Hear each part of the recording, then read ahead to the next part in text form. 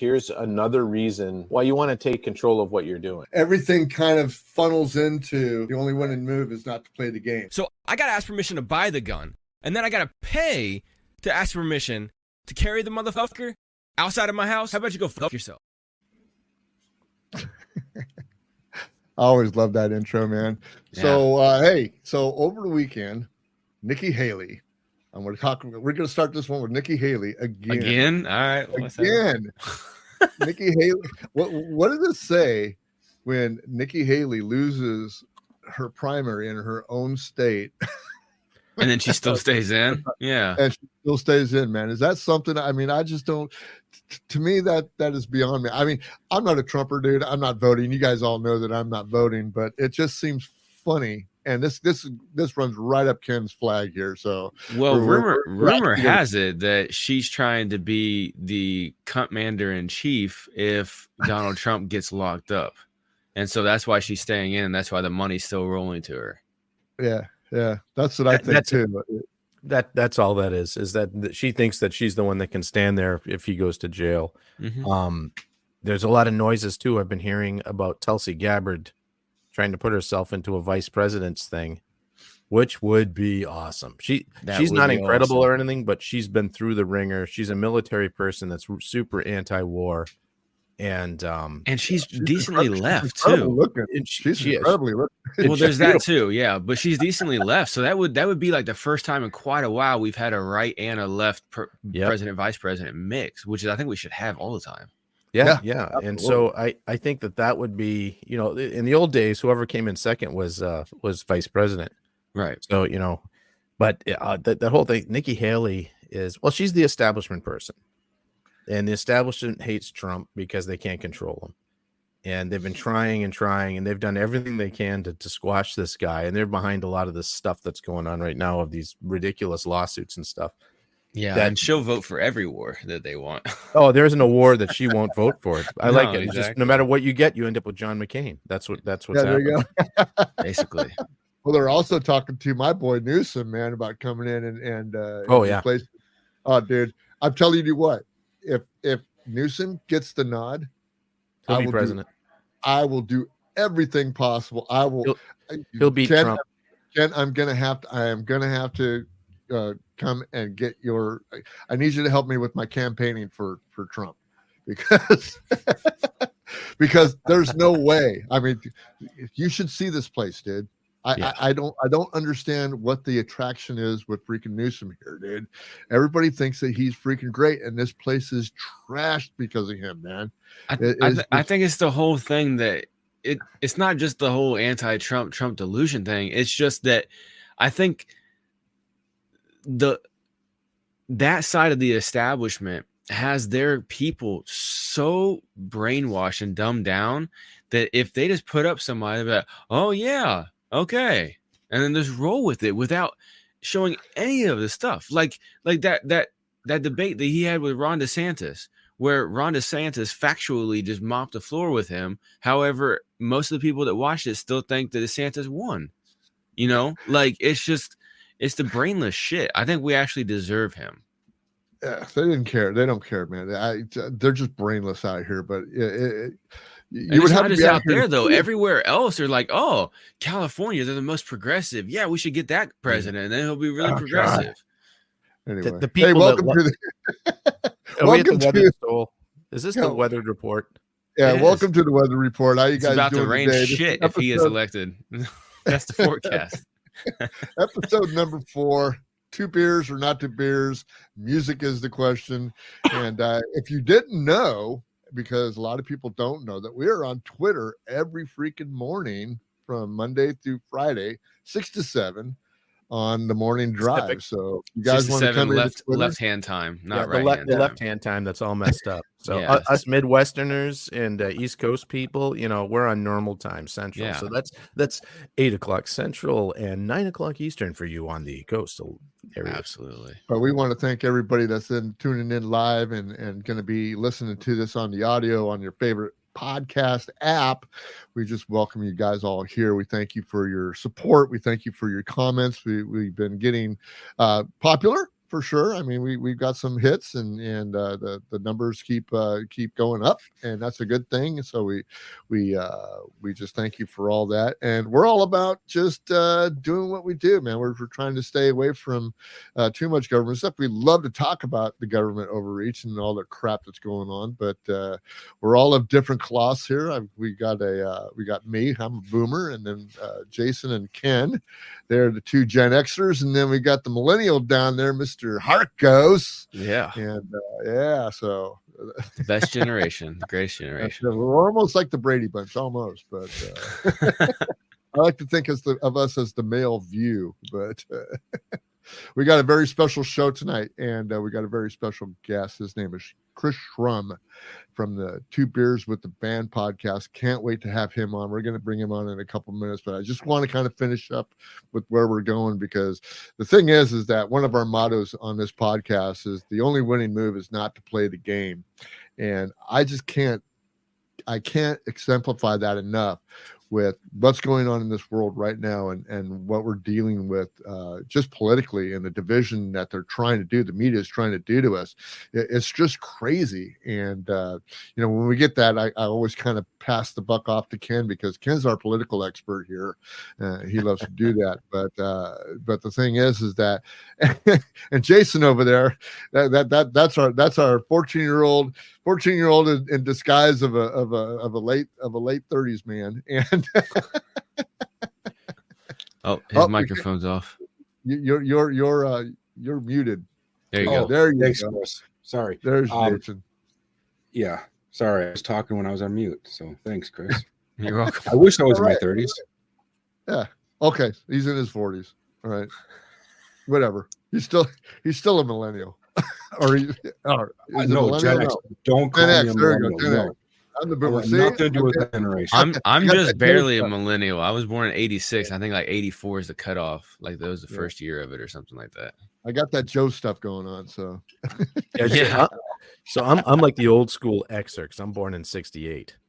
So I'm 3 years into Generation X. We're in the OG land of I'm like X. that with millennial too. Exactly. Like I was basically like raised like a Gen Xer almost, stuff like that. Yeah, there's a little boomer hangover in my world, and but I was able to get rid of it, and so you have a little bit of that Xer hangover into your millennialness. Mm-hmm. do you got a little Romulan ale there, Ken? There looks like you have something blue in your cup. It is a little Romulan ale. I'm using my Lift Bridge, which is of course a Minnesota company's Grumpy's Big Kahuna Tiki Fest that they do here in Minnesota, actually. And the drink tonight is kind of a Romulan kind of thing. It doesn't glow because I didn't put the full nuclear reaction into it tonight, but it's good enough to be potent, and we'll see how it goes. There we go. Well, I'm for the celebration of the moment, I am hitting an 805 tonight. Firestone 805. This is from California. It's a nice little ale, and I like it. It's made from Firestone Brewery. It's down there in Paso Robles, California, and it's real good. If you guys have a chance, you get the 805 up there. Not like that. What is that beer that we were talking about the other day? Spotted Cow, my brothers. Spotted Cow. It's only in Wisconsin. New Glarus. For now, until I bring it down to Indiana. That's right. Well, you can bring it wherever you want. You just can't sell it. Oh, I'll do what I want, Jason. Yeah, I'm a free individual. I'm already on like multiple different lists with the government, so why not get one more, right? And I'm drinking water and filling orders. So there we go. Yeah, Jason's still working. Jason is a working fool, man. He is just on it 24/7, 365 days a year. Oh, yep. yeah. We the people are sick and tired of it. Gotta love it, man. If you want something good, go to Horrible Designs. It's just the way that's the way he flies. Which is hilarious because you said if you want something good, go to Horrible Designs. But it's like an oxymoron almost, but it's true. Well, how about you, Chris? What do you got in there? You got a little bit of water? I'm always drinking water, man. I don't drink anything but water. It's vodka, man. It's vodka, yeah, exactly.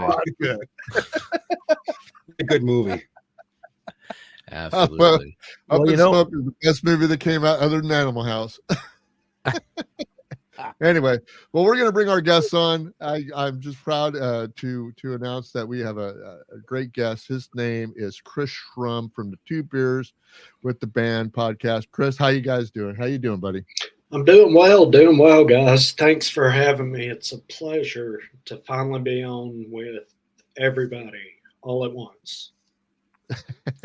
And we all do everything all at once. We're like the male view, so Pretty much. All right, Yes, we all are. right. Well, I'm like Guy Whoopi. What the fuck am I then? you're the joy. You're Joy. Joy. Yeah, you're full on Joy. And Jason's the hot Republican chick. Oh, what? Megan McCain? No, whatever hot Republican chick they get on there. Oh, okay. Anyway, Ken. that's our voices. Next time I'll wear a dress. Yeah. No, he could be the Sarah Palin because he's got the accent and shit. There you go. I don't have an accent. You got an up north accent. You just don't know. No, Ken I has the don't same have shit. Don't worry. It's okay. Fuck you. I do not have an accent. Oh, Well, what the Chris- Christ! You do have an accent. Let me tell you what. You're gonna go somewhere. We're gonna see somewhere to be tater tots and hot dish as far as I can see. I tell you what. I don't say that. Don't you know? I say don't. that You know. Oh, I seen you. I seen you one time, twice. Exactly. So Hey, what- I got a what- little bit of what- twang in my voice, not as much as Chris, but I got a little bit. Chris, what are you drinking over there? You are the beer aficionado. I am actually drinking a beer I picked up from Tenfold Brewing, which is right up the street from the house. It's called Yippee K. It's a IPA. It's 6.7 ABV. Just cracked it open probably about, 30, 40 seconds ago. It's a very unique beer. It's a little on the fruity side as far as an IPA goes, but it's very well done. It's clear. Of course, I should probably show the camera. It's There you very go. clear. It's got a great color. Yeah, it looks good.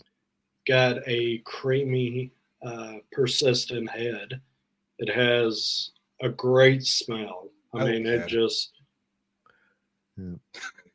everything You are- about it so You far. are, I'm very, you are a beer aficionado. Is that well, correct? well, I wouldn't say an aficionado, but I do know what I look for in beer, and I do read about beer, and I have drank so many different, beers, different styles of beer. What I like to, evaluate beer. I think that helps me instead of just pounding beers. If I sit back and evaluate it and kind of treat it like a glass of wine. Let it open up a little bit, let it kind of breathe. Swirl it around, let it warm up a little bit. It tends to open up, and the flavors and the aromas really, are front and center. So So- did you learn this on your own, or how did that happen? Because we're winos out here in California, so we have a lot of craft beers and stuff going on around here. But I've learned how to wine taste and stuff. But to me, it's just like, wine, is it good? Yeah, cool. I mean, I'm high. But anyway, but about beers, I mean, I know what I like and I don't like. I'm not a big IPA guy, only because I'm not into the hoppy stuff. But I really love some of the craft beers they're coming out with here, especially the stuff that's aged with in a bourbon barrel and stuff like that. The bourbon kind of infused stuff is really up my alley. I like the stouts that are infused that way. So how did you start with your beer tasting and knowing how to taste and opening stuff up, things like that? Well, I actually, years and years ago, was real big into wine. And, there's a process when you open a bottle of wine, you got to let it aerate, you got to let it warm up. So, you got to let it open up, basically. And a good bourbon is the same way. What I do is put a little bourbon in a glass, put a couple of drops of water in the bourbon, kind of swirl it, and let it sit for a few minutes. Let it open up. The water brings all the aromas and the flavors of a bourbon out. Well, I've noticed, I would open a beer and pour it, and you get some beers that are in some big cans, big bottles, and if you're having a conversation like I'm sitting here talking to you guys, or I could be talking to musicians, and, the beer sits off to the side, well, it warms up a little bit. And as it warms up, different flavors, um, you know, kind of come forward. And I've just noticed that, well, wait a minute, let me, sit back and instead of just opening the beer, pouring the whole thing into a glass and then just, slamming it back and saying, oh, that had a high fruit flavor and there wasn't much malt to it. Well, why don't you let it sit there and kind of open up? Let the air get to it. Well, now, if you treat a craft beer like you treat wine, you get so much more flavor out of it. And that's, I've basically it's trial and error. I've kind of taught myself, how to drink beer, how to enjoy beer, things like that, kind of coming from a wine background. Yeah, cool. So, yeah, when you're talking about bourbon, I'm the guy like my boss. He loves bourbon and scotch, and he showed me how to do the little water thing. And I'm the chronic guy at bourbon on the rocks. Hates it. Yeah. Won't even. Yeah, he won't even share his bourbon with me anymore. But I understand the science behind it and why it happens, and I think it's a really good thing for a lot of people to know. I mean, I had no idea that setting a beer aside and letting it warm up and open it up is one of the things that maybe you should do. But it was interesting when I was listening to your podcast the other day. You guys were talking about Miller Lite. and how that was the best beer. So does that go along with the same function? Are those beer? I guess what I'm asking is, are those beers made to be opened up and drank that way? The Miller Lite, Budweiser, Coors, beers like that are made to be drank from the can or the bottle, whatever they come in, and they're meant to be drank cold, which dumbs down the flavor of, anything, wine, beer, whatever. If you drink it cold, you don't really get a whole lot of flavor out of it.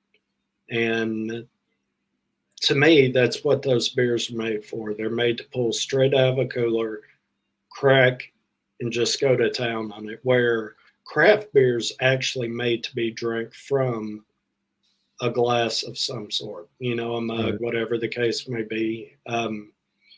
I always thought that the Miller Lite and like your Milwaukee's Best and Old Milwaukee Light kind of beers were best to be drank cold from a hole that you punch on the bottom with a screwdriver as fast as you can.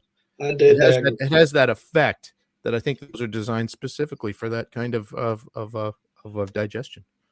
Well, I did that quite a bit in college, and I learned that wasn't the best way to drink beer. So, but I actually heard an interview one time. Someone was talking to a brewer years ago, and he said, craft beer's not meant to be drank from a can or from a bottle. That's how we sell it, but that's not how it's meant to be enjoyed. And it just kind of caught my attention. I was like, you know what? Let me try that.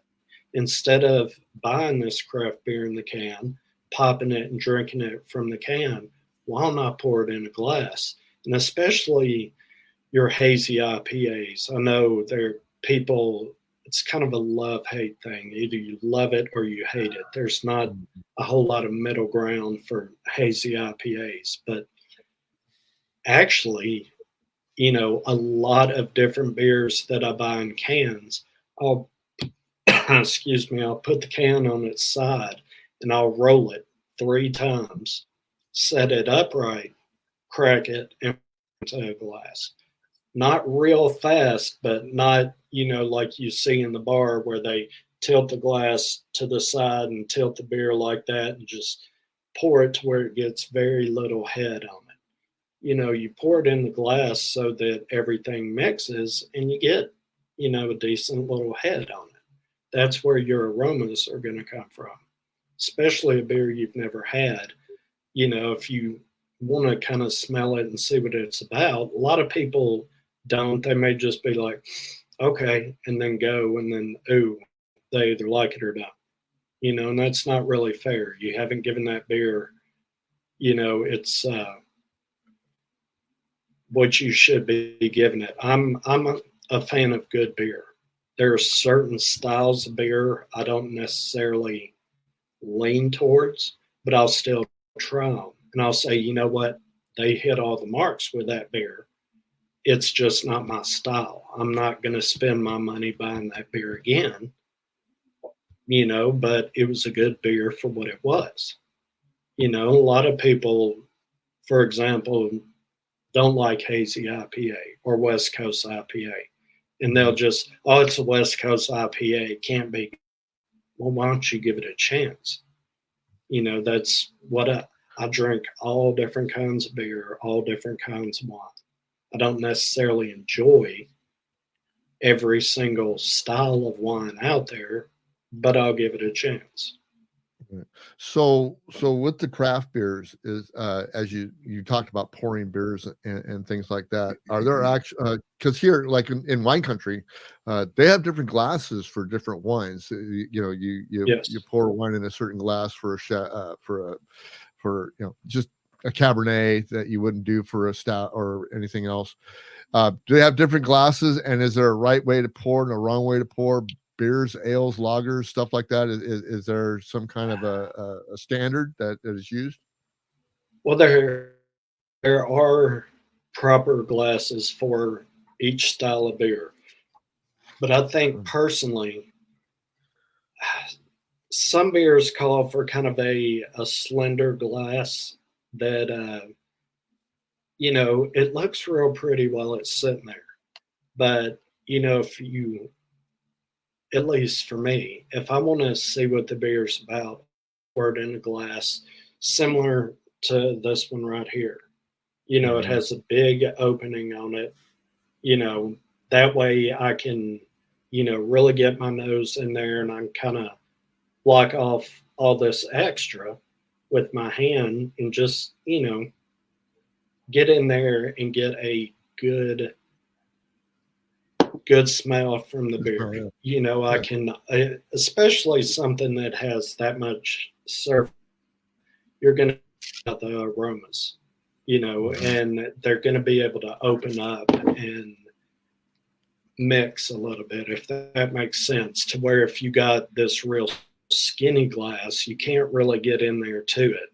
And depending on how it's hopped, you may get just real heavy fruit flavors off of it, pineapple, grapefruit, things like that. And your brain automatically says, oh, this is going to be a grapefruit heavy, hopped beer. And then when you taste that beer, your brain's already said this is what this beer is. So that's automatically what you sense when you drink the beer. And again, you're not being fair to the beer, not being fair to the brewery, So me personally, I get a glass that has a nice wide open top. That way I can get everything that beer's, trying to offer up. Whenever I was in bartending school, when I got out of the Army, I went to bartending school for a few, and they said that the style of glass matters, especially with wine. You know how with wine, it's in a shape kind of like that. It has like that oval shape. And if I remember right, it's been like since 2008. But if I remember right, they said that bevel, how it bowls out and then it kind of comes back, but it's still big at the beginning. It actually creates like something about like the surface area or whatever, but it actually allows it to do all of its breathing that it does when you have to let it rest. Because they taught us when you pour, when you do like you pour wine, you pour it at an angle and you let it sit and then you serve it and all that stuff. Yeah. Because the wine glasses kind of look like the one that you just had, except yours looks like a hybrid almost. Yeah, that's kind of one of my go-tos as far as beer glass, because it's, it has, I can pour a beer in here and you can really get a good look at it, because it does have what I call the belly right there. Mhm. You can see if there's anything floating in beer. Sometimes, especially when I lay it on the side and I roll it around, and then pour it into the glass, sometimes you do get a little sediment in there. And honestly, as long as the beer's not sour and there's a little sediment in it, that's fine. I make sure and I let that settle. And when I drink it, I don't just turn the glass all the way up. You just kind of sip beer like you would sip wine. And So is there is there an importance to the pour? Yes, there is. Let me see. I think I have enough. Yeah, I have enough left in the can. See if I can. This is the way I pour it. I pour it like straight in almost. Almost straight in, but you see, it does develop some head on it right there. Where because like whenever you pour it out of a tap, you have like the glass almost sideways, and then you cant it up as it gets towards the top. Yeah, and that can work. And what they're doing, they're trying to decrease the head, because if it has a whole lot of head on it and you set it in front of somebody, well, of course they're gonna wait till the head goes down, and then they're gonna say, "Well, wow, man, that was mostly head there. You got to top this beer back off." I've seen people do that before, so. When they pour them, they do try to limit the head. But with me, since I've never had this beer before, I have to leave a little head up there. That's where at least for me, that's where the aromas are going to come from. Now, once I've figured out what the aromas are, that's when, I'll pour it a little more, like you said, a little more like that, so that not so much head is on the beer. But still, I pour it. I try to at least get a little head on the beer every time I pour it. So out of the tap or out of the can, what is your preference? Ooh, I guess it depends. Well, yeah, it does depend. If it's going to be a stout or a darker beer, I'd almost rather have it out of a can. If it's going to be an aged beer, I'd like to have it out of a can or a bottle. When I was younger, tap beer would always give me just the fiercest headache the next morning, where I could drink the same amount of beer, maybe even more, out of a can. It wouldn't bother me at all. Well, over time, developed, I guess, a tolerance against that. And I don't know, tap beer's fine. I kind of like can art or bottle art. That's one of the things that I enjoy. Plus, I guess just overall straight from the can or the bottle is how I prefer it. Yeah, I've always been the kind of guy that, like I was golfing yesterday and went in and of course they had all the canned beers there, but then, they have tap beers, and I always tend to go for the tap for some reason. That they really didn't have any beers that I liked, is basically what it came up to. And so I'll usually get an ale or a stout off of the tap if I can. So I was just curious on your view about that. And back to the glasses really quick, didn't Anchor Steam come out with their own glass or something like that? They had a unique glass that they used for their, or was it that, or was the one back east, the one in Boston? I can't remember the name of it. I want to say Anchor Steam. I heard something about them coming out with their own glass. And let's stop right here and let me tell you about MadKstudio.com. Well, you know him as Ken Madden, the co-host here at the Weather Report, but did you know that he was also an artist? Well, for years, he worked in the motorcycle industry using his skills as a product designer to create some of the most recognizable parts and accessories on Earth. And even though he is widely successful, racking up dozens of patents and awards over the years, he never lost his passion as an artist and his love for classic cars. He still needed a creative outlet for his wild side to flourish, so he created Mad K's Studio. On his site, you'll find the heart and soul laid bare in stunning color, a place for you to find inspiration, wax nostalgia, and perhaps a commissioned piece for yourself. So browse the site and drop him a line if you're looking to get a custom piece created. The link is in the show notes below. And don't forget to tell him that the Weathered Soul sent you. I want to say Sam Adams. Yeah, Sam Adams. Yeah, that's what I'm thinking. For a while, came out with a glass that had kind of I want to say like a little tornado niche in the very bottom of the glass. Right, They exactly. said, I can't remember everything about it, but back when I heard that, I thought, you guys are taking it just a little too far. I understand. I mean, but you never know that a brewery is not going to spend that kind of time and money to come out with their own glass if it, for novelty's sake. Yeah.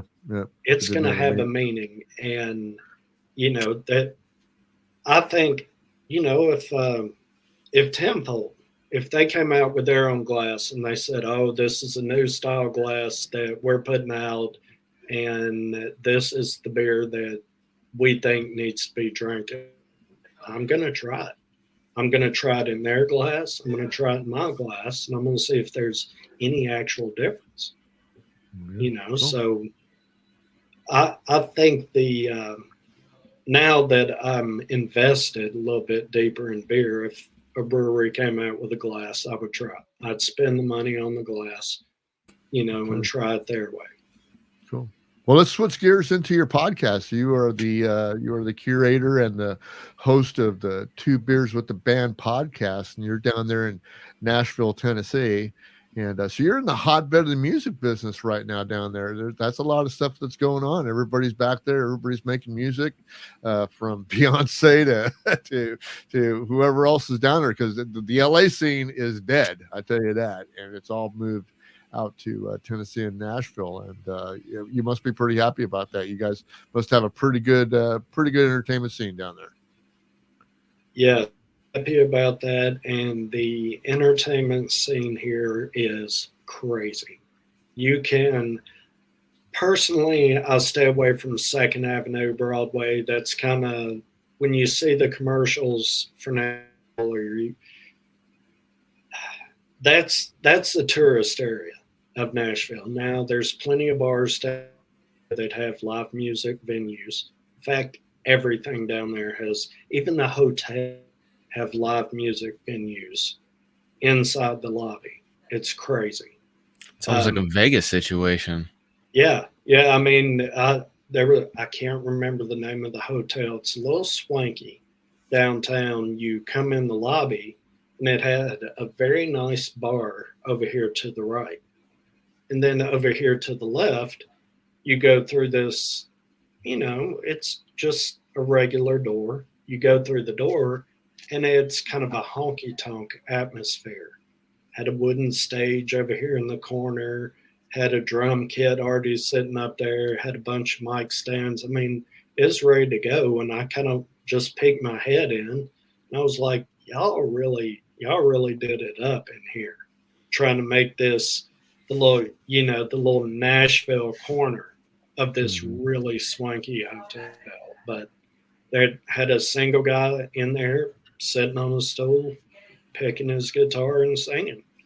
There's maybe 6-7 people in the crowd, but just about anywhere you go in Nashville that has, I'm going to say, a decent beer menu or a decent wine menu or a decent menu is going to have some form of musical entertainment. Yeah, and cool. It is everywhere. You can't get away from it. Even the airport has live music venues. I know you had told me that, since you've grown up there, that it's not the Nashville you remember from your childhood. It's like a totally different monster now. Yeah. It's all fanfare, and you have all these big money hotels, these big money condos coming to town. They're knocking down, the old recording studios, the recording studios that have history. They're just the people who recorded there.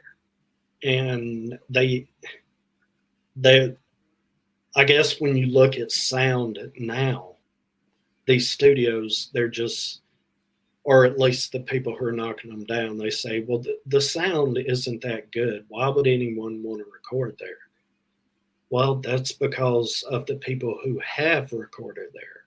And you want to knock it down to build your stupid tall skinnies and charge $500,000 for them a piece, and people are going to pay it. There's people moving here every day from New York, Chicago, California, Texas, and they're buying these homes and these condos for cash money. So these builders from New York and LA come in here and they knock down everything to put up condos or these tall, skinny homes, and they know they can sell them before they even get them completed. And people come in and pay cash money for it. I'm glad I got to grow up in what Nashville was, not what it is. So have they preserved an area that is old Nashville or anything like that, or is it just kind of all going away? It's all going away, and the bombing that we had a couple of Christmases ago really messed up a beautiful stretch of the original Nashville. The buildings were they were so old, but they were so strong, and they've supported so many different businesses over the years. And luckily, all the businesses never changed the exterior. Now, of course, they would modernize the interior for the business, the restaurant, entertainment venue, whatever the case may be, but they left outside the buildings the original, even faded colors. And to me, that was beautiful to see. You could look across the river and see old Nashville right there, and then you see the bustling, massive buildings in behind it. So it kind of, at least for me, it gave sense what made Nashville what it is. Well, now they're trying to get rid of that because it doesn't fit a narrative. Right. And so instead of Sun and Arista and all those other record labels that used to be, now what do you got coming in? RCA and Capitol and all those places? Well, you got all the big names coming in, and then you have, there are smaller labels out there all over the city. And, COVID really hurt the small labels, and some of them are really still struggling out there, to record and to get artists to come in. And it just, the smaller labels right now that's where I would like to go to find somebody to interview, would be those small labels, or to find people before they sign with those, even those smaller labels. I want to talk to the people who, I guess if you look at commercials or listen to the music and people say, oh, I made it to Nashville and I'm living out of my car and I'm, working a day job and playing the honky tonks and living off tips.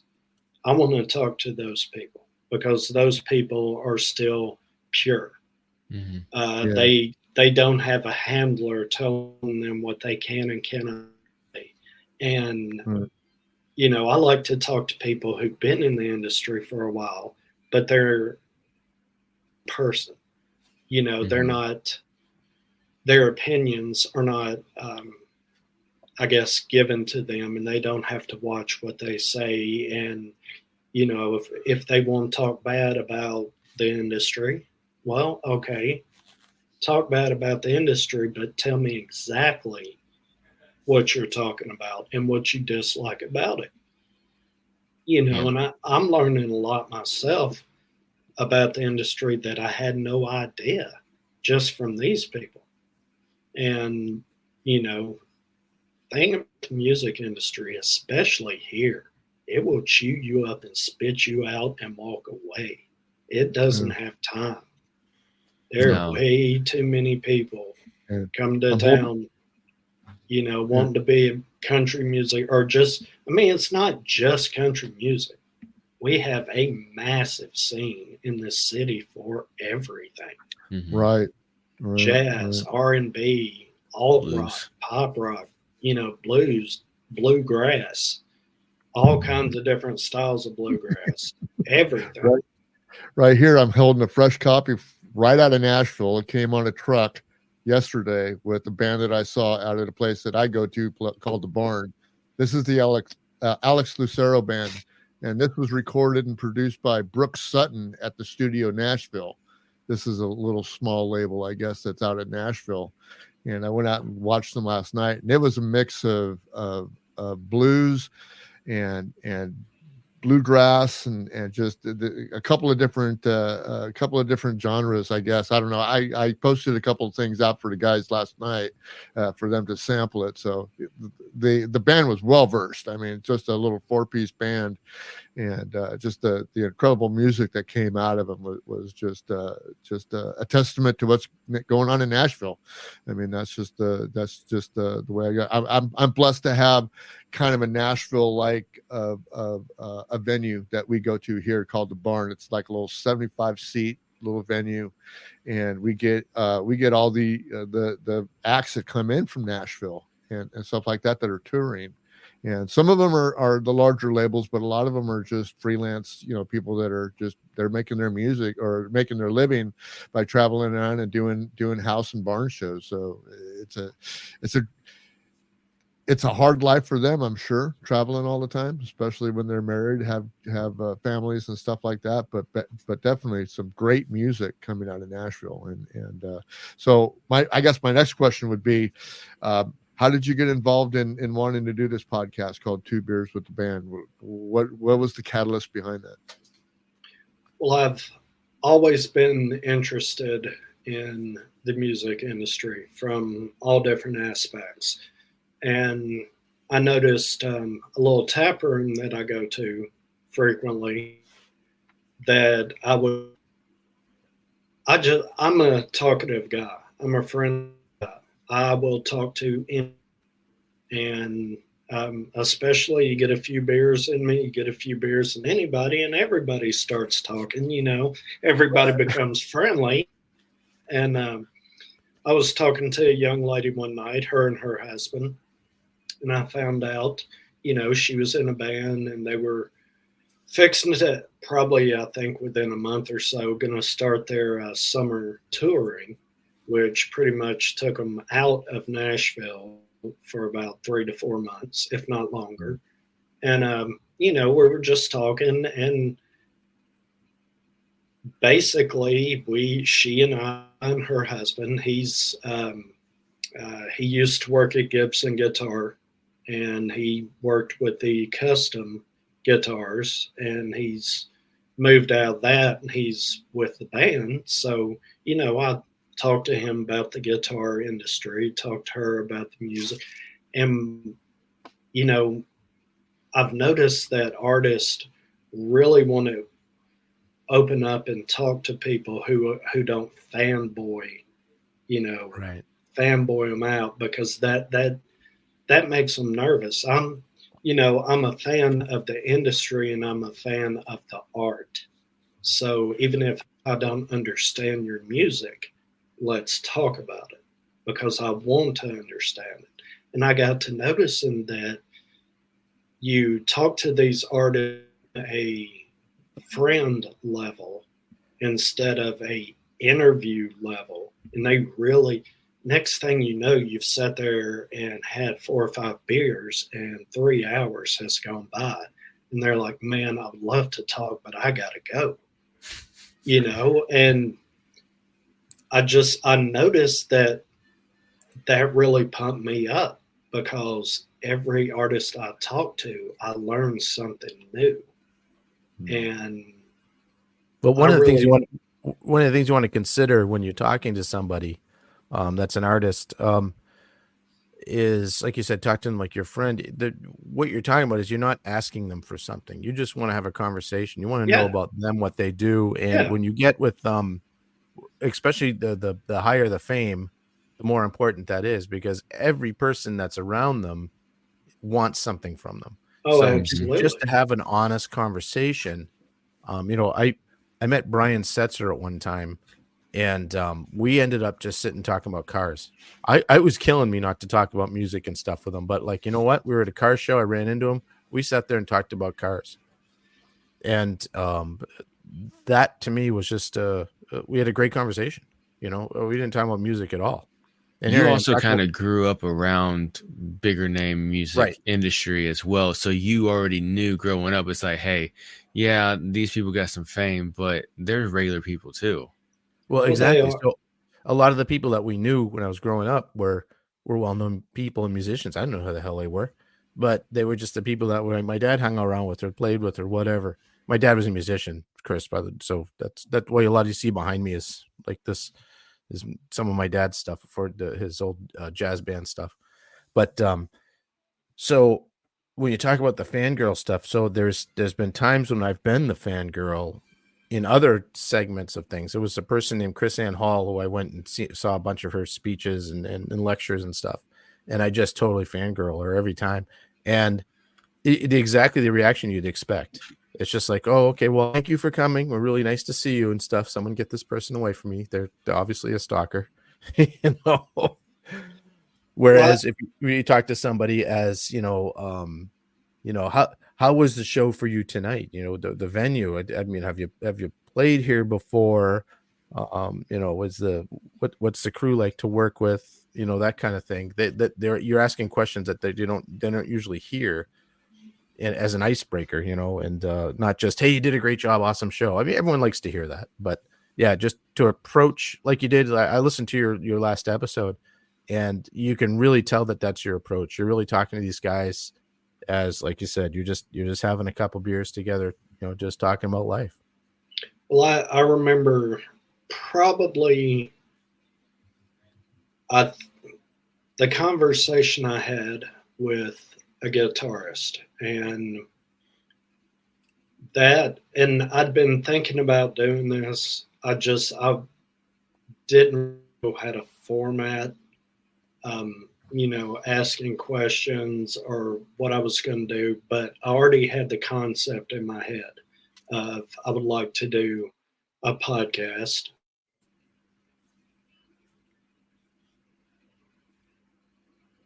Oh, I think he froze up. Froze up for a minute. I think we froze him off. Oh, we are experiencing technical difficulties. We'll be back. Technical difficulties, please remain on the line, and we'll be back. Talk amongst yourselves. Smoke them if you got them. We'll be back shortly with Chris Schrum from the Two Beers. Chris, go ahead. Text him and let him know that I just texted him and told him that he turned into what's that fucking guy's name? Huh? Well, no, what's that? Mitch McConnell. He's Mitch McConnell right now. You went Mitch McConnell. There you go. Yeah. Well, you're talking about Nashville. Nashville's a crazy town, and I could see that. I was at a few years ago. I was at a motorcycle show down there, and one of the places. I'll see if you can see it on film here. This was my favorite place in Nashville. It was right next to our hotel. Literally, Cooters.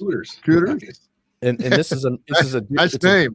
It's a Dukes of Hazzard museum. That's in front of it. So it's got Cooter's truck with the General Lee. And then inside they had all this, all the Dukes of Hazzard toys and paraphernalia and stuff. Right next to it was the Willie Nelson Museum. which was just basically a place to walk in and get high. And then That kind of food. in our hotel. But what he was talking about, so this was kind of like a little bit of the old section, and then a couple miles away was the convention center where our show was, and it was like the Taj Mahal. I mean, it was acres and acres of new construction, super high end stuff. Like he was saying, there's music playing everywhere. It was fantastic, but it had a country feel, but it didn't have a Nashville feel. Boston, where I'm from, is very similar. There's a lot of areas in Boston that have the old colonial look, but it doesn't have the feel that those old buildings have. There's no warmth, there's no charm to it. So the Nashville that he was discussing, Chris, I was just mentioning that we were at I did a motorcycle rally a few years ago, and it was at like a big convention center right there in Nashville. And it kind of was exactly what you were talking about. It's this really high end, super expensive, had the look of like country in Nashville, what you would think of the stereotypical architecture kind of thing, but none of the feel, none of it. There's music playing everywhere. The bands were great, but you walk through it and you're like, it kind of had, it's almost like an amusement park. And a lot of the cities that have that have great old history are having the same problem. Boston, New York, Chicago, where they're tearing down all this old stuff and building up new stuff that sort of tries to replicate it, but it can't because it just doesn't have the soul that those old places did. So that's kind of what I saw in Nashville. I was a little bit in the old Nashville and new Nashville at the same time, just from driving from our hotel to because we were right next to. I was showing them these guys. This is, Cooter's. Oh, yeah. Over by Opryland. Yeah, Opryland. There you go. Yeah. So that's where we stayed there. And we walked around a bit and stuff, went and had barbecue. And the barbecue, like I said, the barbecue joint had band in it. It was great. But I found the same thing going to Nashville. I had never been there. And I thought of it, what you think of it in your head. I thought about this old kind of Grand Ole Opry and it's going to be this awesome, really country thing. And the music everywhere was fantastic. But exactly what you said, it looked like they tore down a lot of the old stuff and put up new stuff that's trying to be more modern. It just didn't make sense.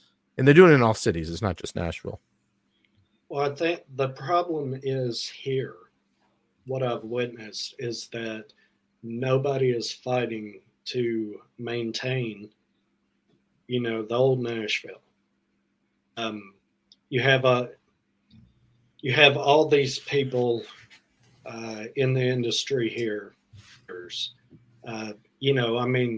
From the top-down business aspect of music, majority of those people who are up there, these big decisions about artists, about contracts, things like that, they came from somewhere else. They were not Nashville natives.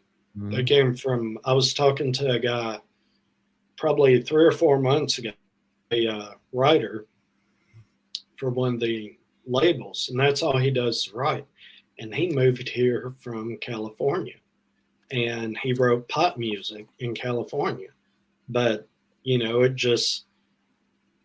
he wasn't doing as well as he wanted to. So he knew that the cost of living in Nashville wasn't nearly what it is in California. So he saved up some money, sold his house, moved to Nashville, and he said, I knew I could get a writing gig, and it might take a little while for me to find my niche, but I can get a writing gig here and continue doing what I do. And I said, okay, well, what style of music are you writing? And we get to talking, and I said, so don't take this the wrong way, but you write bro country. And he said, yeah, I do. And I was thinking to myself, okay, if you're proud of that and you're okay with that, good. Because, that's actually selling right now. A lot of people in the country music industry aren't necessarily fans of that because a lot of them see it as country's going through another change. and we're really moving away from our roots, and we're moving towards more mainstream, and of course the music industry is about what? Sales. If you're not selling records, you're not making money, you can't support anybody. So what's selling? Pop country, bro country, that's what's selling, because that sells everywhere, not only in the US, but worldwide. And people like me, I'm kind of curious when it comes to my music, when it comes to beer, bourbon, wine, whatever. I'm just purist in nature. So I see the transition that country music's going through. I'm not necessarily a fan, but you know what? I mean, you got to roll with it. And at the same time, the city is going through that same transition. We're getting rid of all the old and we're bringing in all the new. And you can see that in all the buildings, all these skyscrapers that are in this city, all these 10,000 cranes that are up everywhere. I mean, you know what? Again, I'm glad I grew up in what Nashville was, and I was able to see that and experience it. So if I was 21, 22 in Nashville now, it would be it's just so much, commercialization. You bring up a great point here, and I think there's a balance between what you're talking about. In it comes down to music as it gets more and more popular. You say now that we have this, the whole world is the stage, kind of. So the most efficient way you can get the music out that's the most cost effective to the most amount of people is the way the big companies are going to do it, and that's going to make it so. What I've found with country. And I've never been a big country fan. I didn't dislike it. I just growing up in Boston, we didn't have a lot of country. Oh, I disliked it.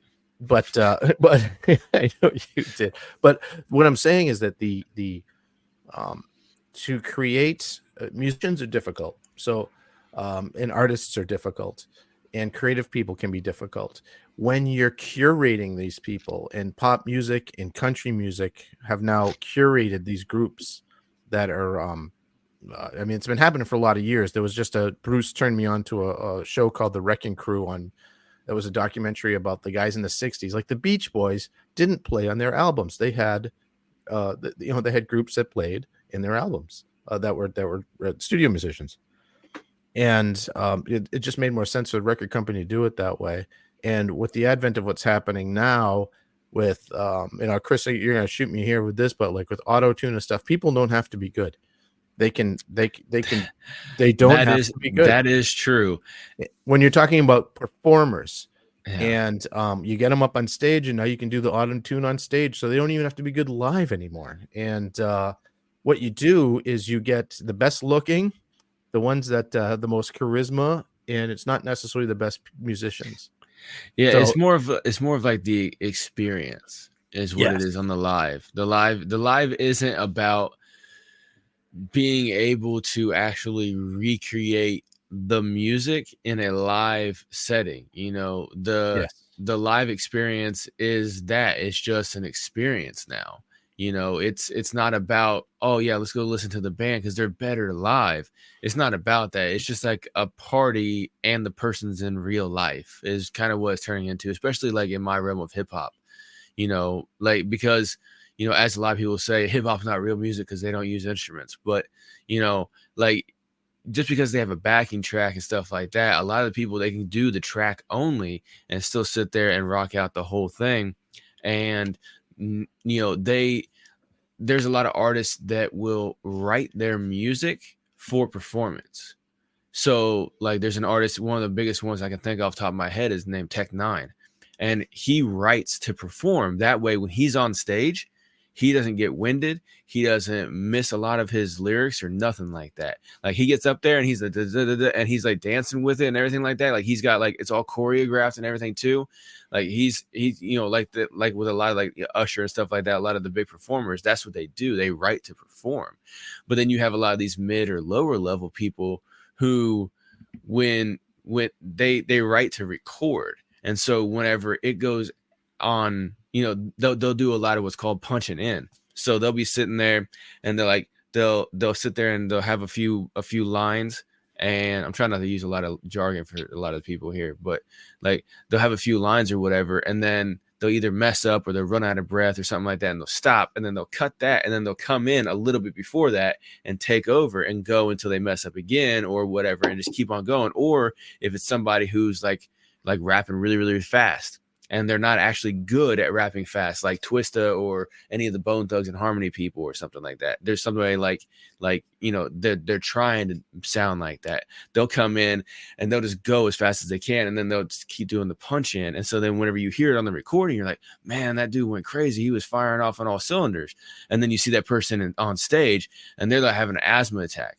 And they have to have they can't just have the backing instrumental behind them. They got to actually have their whole track behind them on stage. All the hip hop artists, they can't, there's a level that you want to be at that the top guys are really nailed. I mean, everyone can't be Ben Shapiro. I mean, he pretty much showed what it is to be a hip hop artist. So I see what you're saying there.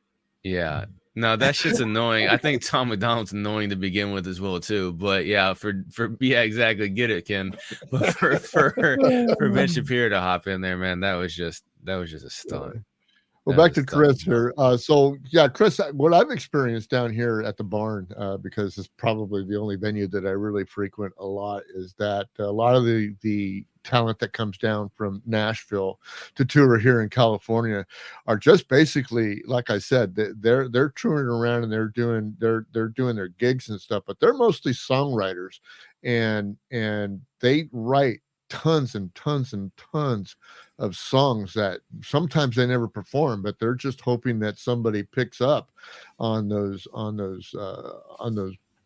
writings and somehow makes it into somebody else's musical desires, label or whatever. So yeah, I'm really excited that I get that kind of exposure down here with the talent that does come through here, at least in the what we call bluegrass down here, because that's what we get. We get bluegrass, we get the Americana, we get not too much rocky stuff, but folky stuff, down here. That's who comes through the barn, but definitely quality talent. And another thing I wanted to comment on the changing demographics of Nashville is that I think every major city that has anything to do with any kind of big culture, like Austin, Texas, Seattle, Washington, Portland, all those places have just been inundated with with transplants. Denver, Colorado is another one. Whenever the economy went south or something somewhere else, everybody would locate to wherever those good places are. And I guess Nashville, I've had some good friends that have moved to Nashville lately. You just go in there because it's affordable. Number one, because of course, we have places here in California. I live in $1 million house, but actually it's a track house in the middle of a freaking suburb. Yeah, I can come out there to Nashville and grab a pretty decent house for fucking mansion where I'm at, dude. For $1 million, dude. Kind of a mansion. You could have. Yeah, I mean, that's the reality. You can house your whole family in a house. 40 acres in a 5,000 square foot home here in Baldwin. Yeah, because if I was to sell here, where would I go in California? There's no place to go. I got to buy a house that's comparable. The hell out of there is where you go. Yeah, you got to come out here, man. What the fuck you thinking? I'll be moving around in California. We'll show you. That's like Millview. Anyway, he's never going to go back once he comes out. But Chris, I definitely feel where you're coming from, because San Jose and the Silicon Valley has definitely gone that way. I lived and grew up in the San Jose that was agricultural orchards, fruit orchards, and that's how it was. And I was at the very beginning of the what you call the semiconductor, now Silicon Valley culture that is here now, and it's nothing like it was when I grew up. So when Bruce even mentioned, I definitely feel it. You even mentioned that when electricity came to San Jose, it really changed everything. You thought, because you saw that when you were in high school. Well, when I got out of the dirt hut that I was living in back then. Yeah, exactly. The first time you got electricity, it was probably Chris, I'm the old electrifying. guy here, so you know. Well, I think it's funny that you say Nashville's affordable because I saw I guess on the news the other day, our local news here. One of the things they said they were going to talk about in the 5 p.m. broadcast, and this was in the morning, how the city council and the mayor is trying to make Nashville more affordable. And I thought to myself, or I actually said out loud, um, it's pretty sad that Nashville is no longer affordable. The people that Live in were born and raised here can't afford to live here anymore, and my property value goes up every single year. And I'm not talking about just a little bit. Excuse me, it goes up a significant amount every single year. And I've seen these developers come in and pay somebody, $200,000 for a house that honestly wasn't really even worth that. Knock it down, put 3 tall skinnies on that same exact lot and sell them for $1 million a piece and get it. I mean, Because location. Yeah. And people coming from California and Boston, I guess, are used to being so close together. Well, they're used to spending that money, because being from Boston and moving to the Midwest, I was astounded how cheap the living was, and everyone out here complained about how high the cost of living was. And I think there's that, and then there's also when you sell your house for almost $1 million and you come out to a lower cost area, like we got a lot of the people coming out from California here over the last few years, they'll sell their house for $900,000, $1 million, maybe a little bit more or whatever, and they'll come out here to buy the exact same size house for like $250,000 tops, and so they're like, okay, cash done. Now I got a few $100,000 to throw into my whatever the fuck I want to fund, or my retirement or whatever. The other thing that's happened, I've had 5 houses in the last. I've been playing this game for a while in real estate. And part of what happens too is you get the people that come out and they're used to spending $900,000 for a normal house. So when they get out here and the house is $300,000 for the same one, for them to pay $350 to make sure that they get it, they won't even blink, because they're like, well, this is great. And that's been helping raise the prices. Plus all of the corporate buyers of housing in the last 10 years has really made a difference. So people buying and renting houses. Yeah, Bruce. Yeah. So when you sell your house, you can come out here and buy like 3 of them for the same price. Dude, I am so afraid of driving off the edge of the horizon over there with those pictures you showed me. You'll be fine. We got a couple of hills that'll stop you. It's fine. Yeah. There's a berm that runs around the whole Midwest. Part of it's the Appalachians, part of it's the Rockies. You just bounce between the two. You'll be all right. Hey, Chris. We're coming across a hard stop, but we want to keep continuing having a little conversation with you after. But before we leave and get on to the other conversation, why don't you go ahead and plug your podcast and tell them how they can get a hold of you and hear you. All right. My podcast is 2 Beers with the Band at 2BWB. I am in the process of posting things on all the social medias, TikTok, Facebook, Instagram, everywhere.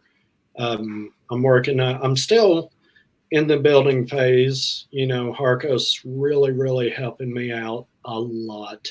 And you two guys are helping me out as well. I don't want to leave y'all out. And we're in the process of trying to get everything together. I'm sending Harco some rough stuff, and he's turning gold, or he's making diamonds out of coal, I guess. I don't know. He's an alchemist. He's doing great work. I'm doing my best to, I'm learning again as I go. I'm learning how to work with cameras, lighting, microphones, things like that. So it's a slow process, but I think the ball's starting to roll, so I can put more out there. Right now, it kind of seems like maybe I'm at a stop, or I kind of step back from it. I haven't, but I'm lining things up. I'm getting interviews. I'm working on things. I just don't have everything out there right now, but I do have some things out there. So if you run across them, check them out. If you like them, subscribe. We'll go from there. I'm gonna try to get better. Each podcast I do, each interview I do, everything's going to get easier, so it should be better. Yeah, the second one that's not quite out yet that I just got done editing up for you, it is a lot better than the first one. Like quality wise with the video, the audio, there's a lot of issues and stuff like that not to toot my own horn, but I was able to get a lot of it out of there to where it looked really good for the first one. And then the second one is even better and had a lot less issues going on. But like I keep telling you, man, you're only on the second podcast now. It's going to get better from here.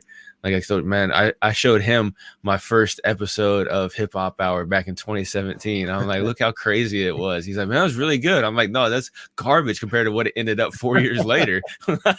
Like I can hop on any podcast right now and just work miracles, now. But that's because I did it, twice a week for 4 years all by myself. So, it's definitely getting better. And the format is dope too. Yeah. Well, thank you, Chris, for coming on the show, man. We want you to stick around for the other side. Chris will shoot you. Chris will shoot you the link to get on the other side. I want to thank my co-host Ken Madden from Mad K Designs, Harkos from Music Making Sense, and Jason from Horrible Designs. Thank these guys, because without them, this wouldn't be a show. It wouldn't be the Male View. But we want to invite you here every other week, twice. What do they call that? Bi-weekly. Is that what you guys tell me? It's bi-weekly. Yeah, bi-weekly. At 7 o'clock on the real time, Pacific time. And we're going to see you next time. And we just enjoy you guys having here. Thanks for supporting us. Hit that like button, hit that share button, hit that notification button on YouTube if you want to be notified of our next podcast. And of course, share this with everybody that you can, because we just need the support, and we always enjoy your support. We want to thank you, and we'll see you next time on the Weather Report. Cheers.